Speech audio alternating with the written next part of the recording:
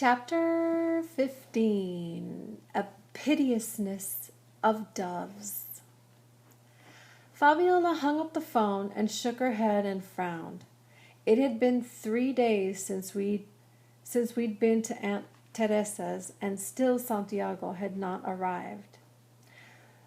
Teresa, she feels confident that he still might come for the holidays, possibly for the New Year. I will take Owen and Ruben to the municipal building and check the registration list this morning, said Bernardo.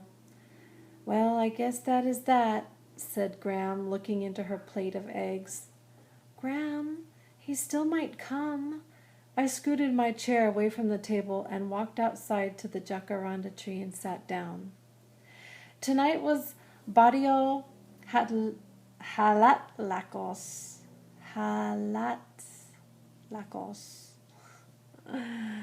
Posada. And tomorrow the radishes would be delivered. Where was Santiago? What could have happened? He was going to miss everything, including us.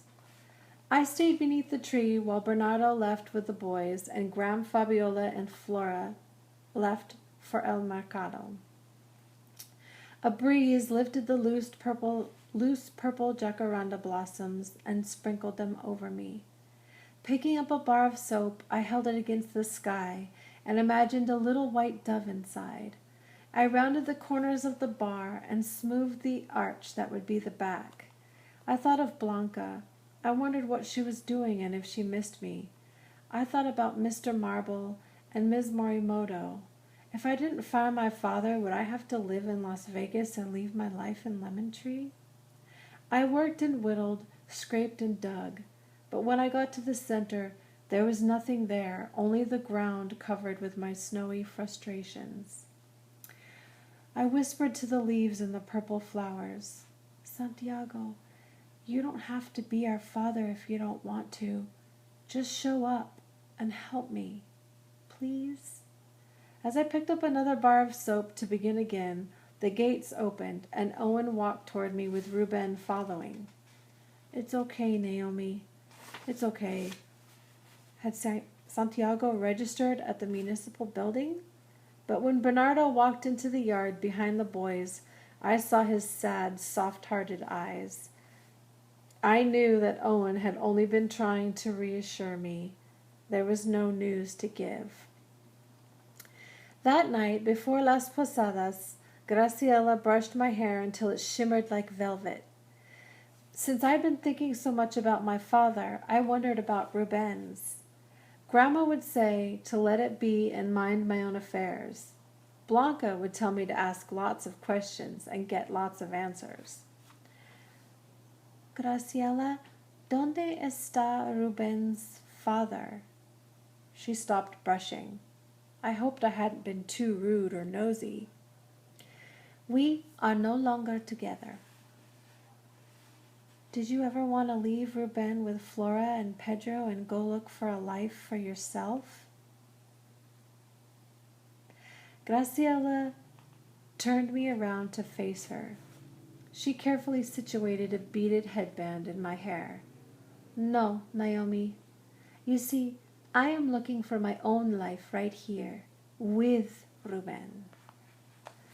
At 8, when the sky was filled with darkness, we all walked a few blocks through the barrio to a small hotel for Las Posadas. Many of the neighbors gathered there in the streets, as well as tourists who were staying at the hotels. Flora and Pedro and Graciela seemed to know almost everyone. In just a matter of minutes, the road filled with people. The door to the inn opened, and a handsome man with black hair and a beard walked out into the street with his 2 teenage daughters, their arms full of baskets. Look, said Fabiola, he has las candelas, the torches. The father gave the adults the long sticks of bamboo with a candle stuck in the top, surrounded by an upside-down cellophane umbrella. One daughter handed me long wire sparklers, at least 3 feet long, then passed whistles to the youngest children.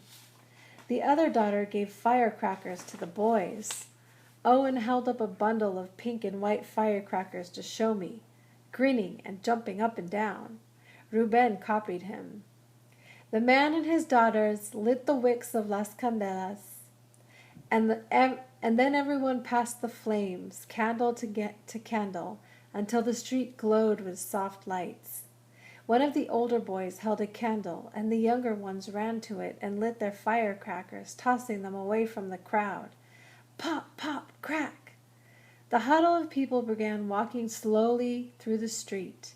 Everyone, from the smallest to the oldest, held a sparkler, candle, or firecracker to light the night.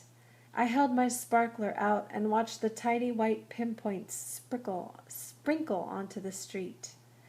The sound of the firecrackers echoed off the stone streets and brick walls. People wove like a snake on the cobblestones, then stopped at the first door and started singing.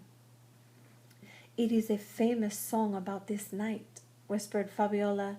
"It says, 'The Queen of Heaven is asking for shelter for only one night under your roof.'" On the other side of the door, someone answered them. I looked up at Fabiola, surprised. She nodded. "The people wait behind the door. They say, 'No hay posada.' There is no shelter here." "Watch," said Graciela. "The people who turned us away will come out of the house and join us." As I peeked back through the crowd, the door opened, and a man and a woman stepped out. Another neighbor passed them some candles, which they lit. Then the parade started again. As I walked, my sparkler sprinkled a circle of brightness in front of me. Graham had a bamboo candelero, and when I glanced up at her in that light, her face looked soft and contented. She hummed along with the singers, even though she didn't know the words. The song continued, and people's voices became stronger, floating upward and echoing off the walls of the barrio. At each house, it was as if part of me knocked on the door too, asking about my father and getting no answers. Spurts of light and noise surrounded me. I felt tears in my eyes and wiped away the drops on my lashes. We stopped at another door, and the people's voices sang louder. Again, someone from behind the door called back to them, "No hay posada." The procession circled the block and stopped in front of the inn where we had begun. The father, who had passed out los candeleros, knocked on his own door and sang out the words of the song. A woman's voice sang back. Graciela whispered, "Come in, holy pilgrims. Welcome to this place. Although this house is modest, our heart is big." Everyone cheered loudly, and the boys threw an army of firecrackers, the noise peppering the streets. My tears spilled over. Graciela hugged me. "It is a joy and a sadness in the heart at the same time, no?" I nodded. No wonder my father loved Las Posadas. Then, as quickly as my tears had come, the mood around us changed. The doors flung open, and several women came out with trays of sandwiches that Fabiola called tortas. The daughters served punch from a big pot. On a nearby rooftop, I noticed a boy swing a rope back and forth, then let go. Another boy on a rooftop on the other side of the street caught it, and as he pulled, a piñata slowly rose from the ground. Someone held a stick, and the crowd clapped and cheered. Even the youngest children received a turn tapping the piñata. Owen swung and got a good crack. When everyone whooped for him, he bowed, and the people laughed, but not making fun of him like in Lemon Tree. When the bigger boys took their turns and the piñata broke, Owen ran in with the rest and came back to me with his hands full of something that looked like short sticks of bamboo. "Sugar cane," said Graciela. She took the thick cane, peeled back the top like a banana, and handed a piece to Owen and another to me. "Taste it." Owen ran off with the sugar cane dangling from his mouth like a cigar. I carefully put the white bark to my lips and sucked on the sweetness. Sugar cane is really sweet. One after another, the pottery insides of the five piñatas clattered onto the street, and the little children ran to collect the peanuts, small oranges, and sugar cane that spilled from their clay tummies. The women passed out orange, pink, and yellow tissue paper bundles to each person. Then people began to drift away, in twos and threes, back to their own parts of the neighborhood. As they left, they called out, Feliz Navidad, which means Merry Christmas. We headed home too. Flora, Graham, and Fabiola walked arm in arm ahead of me, 3 links in a chain.